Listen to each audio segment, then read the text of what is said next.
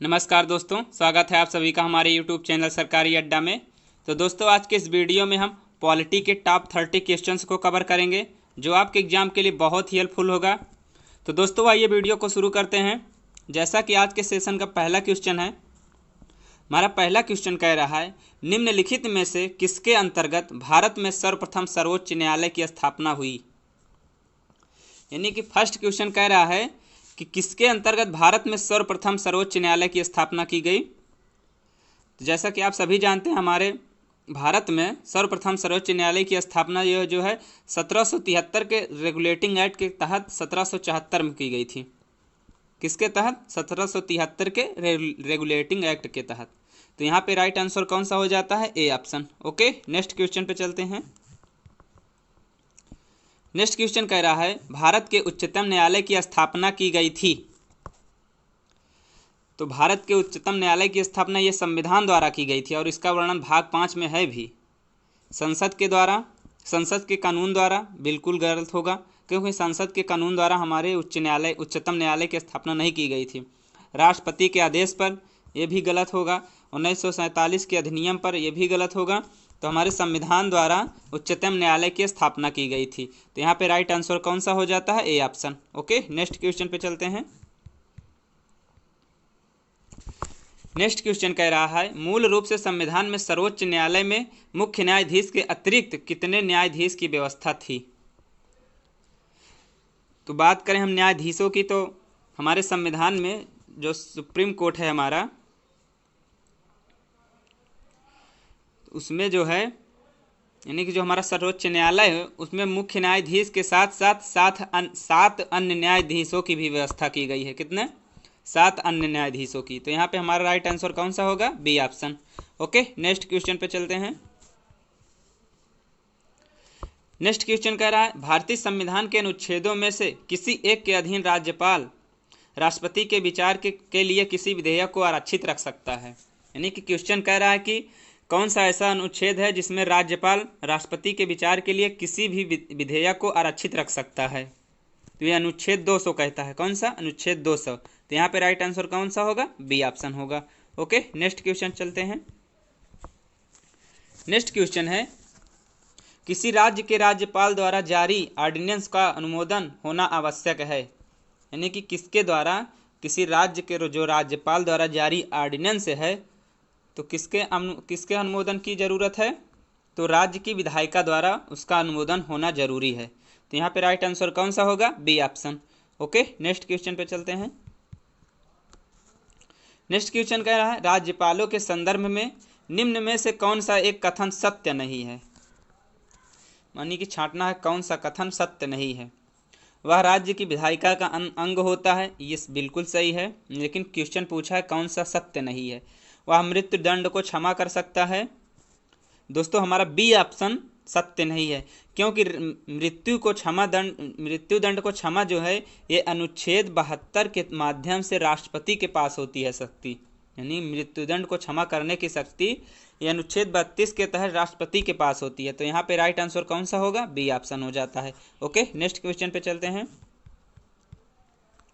Next question कह रहा है, किसी अनुच्छेद के अनुसार राज्य का मंत्रिपरिषद सामूहिक रूप से विधानसभा के प्रति उत्तरदायी होता है। यानी कि किस अनुच्छेद में ये बातें कही गई हैं कि जो हमारे राज्य का मंत्रिपरिषद है वो सामूहिक रूप से विधानसभा के प्रति उत्तरदायी होता है। तो जो हमारा अनुच्छेद 164 है वह यही कहता है कि हमारे राज्य के मंत्रिपरिषद सामूहिक रूप से विधानसभा के प्रति उत्तरदायी होते हैं। तो यहाँ पे राइट आंसर कौन सा होगा? डी ऑप्शन होगा। ओके, नेक्स्ट क्वेश्चन पे चलते हैं। नेक्स्ट क्वेश्चन है, इनमें से कौन सा उत्तरदायित्व राज्य के मंत्रियों पर नहीं होता है। तो कौन सा उत्तरदायित्व हमारे राज्य के मंत्रियों पर नहीं होता है? व्यक्तिगत उत्तरदायित्व होता है, सामूहिक उत्तरदायित्व होता है, लेकिन जो विधिक उत्तरदायित्व है ये राज्य के मंत्रियों पर नहीं होता है। तो यहाँ पे राइट आंसर कौन सा होगा? C option. Okay, next question पे चलते हैं। नेक्स्ट क्वेश्चन कह रहा है, राज्य में मुख्यमंत्री समेत मंत्रियों की संख्या के संबंध में संविधान द्वारा निर्धारित परसेंट क्या है। तो जैसा कि आप सभी जानते हैं कि जो राज्य में मुख्यमंत्री और उनके अन्य मंत्री होते हैं उनकी संख्या समेत जो है 15% सीटें जो हैं निर्धारित की गई हैं, यानी कि 15% होना आवश्यक है। तो यहाँ पे राइट आंसर कौन सा होगा? सी ऑप्शन हो जाता है। ओके, नेक्स्ट क्वेश्चन पे चलते हैं। नेक्स्ट क्वेश्चन कह रहा है राज्य के नीति निदेशक तत्वों में निम्नलिखित में से किन किन प्रकार के सिद्धांत अंतर्निहित हैं। तो हमारे राज्य का जो नीति निदेशक सिद्धांत है, यानी कि जो राज्य के नीति निदेशक तत्व हैं, वो हमारे भाग 4 में है। इसमें भाग 4 में, और इसको बनाने का जो मूल उद्देश्य यही था कि भारत को एक कल्याणकारी राज्य बनाया जाए। और एक कल्याणकारी राज्य किस माध्यम से बनाया जाएगा? तो ये जो है आर्थिक सिद्धांत, सामाजिक सिद्धांत और प्रशासनिक सिद्धांत, यानी कि उपर्युक्त सभी से एक कल्याणकारी राज्य बनेगा। तो यहाँ पे राइट आंसर कौन सा होगा? डी ऑप्शन हो जाता है। ओके, नेक्स्ट क्वेश्चन पे चलते हैं। नेक्स्ट क्वेश्चन कह रहा है भारत के निम्नलिखित में से किस न्यायाधीश ने कुछ समय तक भारत के राष्ट्रपति के रूप में कार्य किया है? तो किसने किया है भारत के राष्ट्रपति के रूप में कार्य? जो न्यायाधीश थे। तो ये हमारे यहाँ जो न्यायमूर्ति एम हिदायतुल्लाह जी हैं, इन्होंने ही 1969 में, कब? 1969 में जाकिर हुसैन की मृत्यु के बाद ये कार्यकारी राष्ट्रपति बने थे। तो यहाँ पे राइट आंसर कौन सा होगा? D option. Okay, next question पे चलते हैं। नेक्स्ट क्वेश्चन कह रहा है भारत के पहले राष्ट्रपति के रूप में डॉक्टर राजेंद्र प्रसाद का चुनाव किया गया था। तो हमारे भारत के पहले जो राष्ट्रपति थे वो डॉक्टर राजेंद्र प्रसाद थे, और इनका चुनाव जो है वो निर्वाचन मंडल द्वारा हुआ था। किसके द्वारा हुआ था? निर्वाचन मंडल द्वारा। तो यहाँ पे राइट आंसर कौन सा होगा? A option. Okay, next question पे चलते हैं। नेक्स्ट क्वेश्चन कह रहा है सबसे कम अवधि यानी कि मात्र 5 दिन के लिए, यानी कि सबसे कम अवधि तक केंद्रीय मंत्रिमंडल में बने रहने का रिकॉर्ड किसके नाम है? यानी कि मात्र 5 दिन के लिए केंद्रीय मंत्रिमंडल में बने रहने का रिकॉर्ड किसके नाम है? तो ये एच.आर. खन्ना के पास है। किसके पास है? एच.आर. खन्ना के पास। तो यहाँ पे राइट आंसर कौन सा होगा हमारा? बी ऑप्शन हो जाता है। ओके, नेक्स्ट क्वेश्चन पे चलते हैं। नेक्स्ट क्वेश्चन कह रहा है भारतीय संविधान में निम्नलिखित में से किस एक संशोधन द्वारा राष्ट्रपति को कोई भी मामला मंत्रिपरिषद द्वारा पुनर्विचार किए जाने के लिए वापस भेजे जाने का अधिकार दिया गया? यानी कि ये अधिकार जो है ये राष्ट्रपति से वापस ले लिया गया था, लेकिन ये जब 44वां संविधान संशोधन हुआ उसके द्वारा राष्ट्रपति को ये विचार दिया गया, यानी कि पुनर्विचार वापस दे दिया गया अधिकार कि कोई भी मामला हो मंत्रिपरिषद द्वारा पुनर्विचार किए जाने के लिए वापस भेजने का अधिकार वापस दे दिया गया। तो यहाँ पे राइट आंसर कौन सा होगा? डी ऑप्शन हो जाता है। ओके, नेक्स्ट क्वेश्चन पे चलते हैं। नेक्स्ट क्वेश्चन कह रहा है मंत्रिपरिषद किस सिद्धांत पर कार्य करती है? ये जो हमारी मंत्रिपरिषद होती है ये निजी उत्तरदायित्व और सामूहिक उत्तरदायित्व दोनों सिद्धांतों पर कार्य करती है। तो यहाँ पे राइट आंसर कौन सा होगा? C option. Okay, next question पे चलते हैं। नेक्स्ट क्वेश्चन कह रहा है भारत में कभी कभी हरित मंत्रालय कहा जाने वाला मंत्रालय है। हरित से आप लोग समझ गए होंगे कि किससे कहा जाता है, यानी कि पर्यावरण और वन मंत्रालय को। तो यहाँ पे राइट आंसर कौन सा होगा? B option. Okay, next question पे चलते हैं। नेक्स्ट क्वेश्चन है छाया मंत्रिमंडल किसकी प्रशासनिक व्यवस्था की विशिष्टता है? तो छाया मंत्रिमंडल की बात करें तो ये ब्रिटेन की व्यवस्था से ली गई है। किसके? ब्रिटेन की व्यवस्था से। तो यहाँ पे राइट आंसर कौन सा होगा? B option. Okay, next question पे चलते हैं। नेक्स्ट क्वेश्चन कह रहा है केंद्रीय प्रदूषण नियंत्रण बोर्ड किस मंत्रालय के अंतर्गत आता है? जैसा कि आप सभी जानते हैं कि ये केंद्रीय प्रदूषण नियंत्रण बोर्ड जो है ये हमारा पर्यावरण और वन मंत्रालय के अंतर्गत आता है। तो यहाँ पे राइट आंसर कौन सा होगा? D option. Okay, next question पे चलते हैं। नेक्स्ट क्वेश्चन कह रहा है निम्नलिखित में से किसने 2 बार कार्यकारी प्रधानमंत्री के रूप में पद ग्रहण किया? तो किसने किया है? गुलजारी लाल नंदा ने। इन्होंने कार्यकारी प्रधानमंत्री के रूप में 2 बार पद ग्रहण किया है। तो यहाँ पे हमारा सही आंसर कौन सा होगा? सी ऑप्शन हो जाता है। ओके, नेक्स्ट क्वेश्चन पे चलते हैं। नेक्स्ट क्वेश्चन कह रहा है प्रथम गैर कांग्रेसी बने। तो प्रथम गैर कांग्रेसी कौन बने थे? मोरारजी देसाई। कौन थे? मोरारजी देसाई। तो यहाँ पे राइट आंसर कौन सा होगा? D option. Okay, next question पे चलते हैं। नेक्स्ट क्वेश्चन कह रहा है सबसे कम उम्र में प्रधानमंत्री पद पर आसीन होने वाले व्यक्ति। तो इसको आप सभी लोग जानते होंगे, कौन थे? राजीव गांधी थे। कौन? राजीव गांधी। तो यहाँ पे राइट आंसर कौन सा होगा? D option. Okay, next question पे चलते हैं।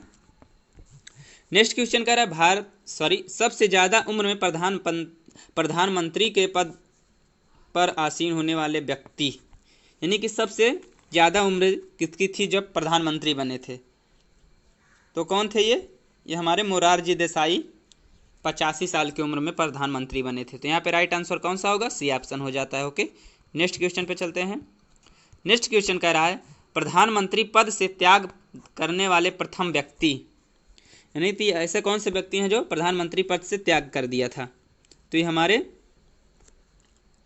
मोरारजी देसाई जी ही हैं, जिन्होंने अपने पद से त्याग दे दिया था, प्रधानमंत्री के पद से। तो यहाँ पे राइट आंसर कौन सा होगा? सी ऑप्शन हो जाता है। कौन सा? C option. Okay, next question पे चलते हैं। नेक्स्ट क्वेश्चन कह रहा है चीन की संसद जानी जाती है, यानी कि चीन की संसद का नाम क्या है? तो वहाँ की संसद का नाम है नेशन पीपुल्स कांग्रेस। तो यहाँ पे राइट आंसर कौन सा होगा? B option. Okay, next question पे चलते हैं। नेक्स्ट क्वेश्चन है सरकार की निम्न प्रणालियों में से किसमें द्विसदनी पद्धति एक अनिवार्य लक्षण है? तो कौन सी प्रणाली है जिसमें द्विसदनी पद्धति अनिवार्य लक्षण है? तो जो हमारी संसदीय प्रणाली होती है इसमें 2 सदन होते हैं। तो यहाँ पे राइट आंसर कौन सा हो जाता है? C option. Okay, next question पे चलते हैं।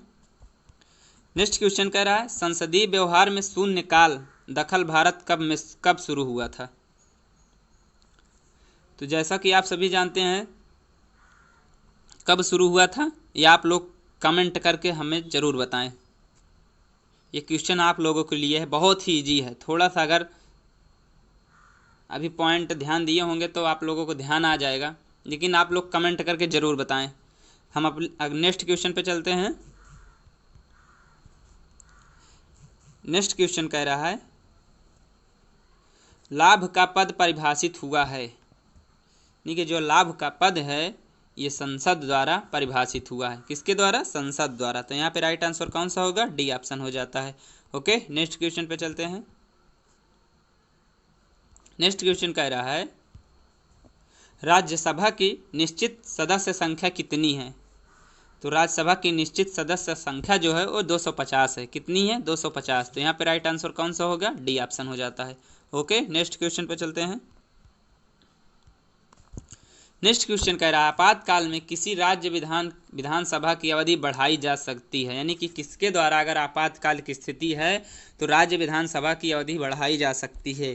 तो हमारे संसद द्वारा जो है राज्य विधानसभा की अवधि बढ़ाई जा सकती है। तो यहाँ पे राइट आंसर कौन सा होगा? बी ऑप्शन हो जाता है। ओके, नेक्स्ट क्वेश्चन पे चलते हैं। नेक्स्ट क्वेश्चन कह रहा है युद्ध या आक्रमण के कारण अनुच्छेद 352 के अंतर्गत आपातकाल की घोषणा के लिए संसद का अनुमोदन अपेक्षित है, यानी कि युद्ध या आक्रमण के कारण अनुच्छेद 352 के अंतर्गत आपातकाल की घोषणा के लिए संसद का अनुमोदन अपेक्षित है, यानी कि 1 माह के भीतर संसद का अनुमोदन जो है वो अपेक्षित है। तो यहाँ पे राइट आंसर कौन सा होगा? ए ऑप्शन हो जाता है। तो ओके, तो दोस्तों हमने 30 क्वेश्चन कंप्लीट कर लिया। तो दोस्तों आज के वीडियो में इतना ही। दोस्तों अगर वीडियो पसंद आई हो तो वीडियो को शेयर करें, लाइक करें, और चैनल पर पहली बार आए हैं तो चैनल को सब्सक्राइब कर लें। और हाँ, हमने जो आप लोगों के लिए क्वेश्चन दिया है उसका आंसर कमेंट बॉक्स में ज़रूर बताएं।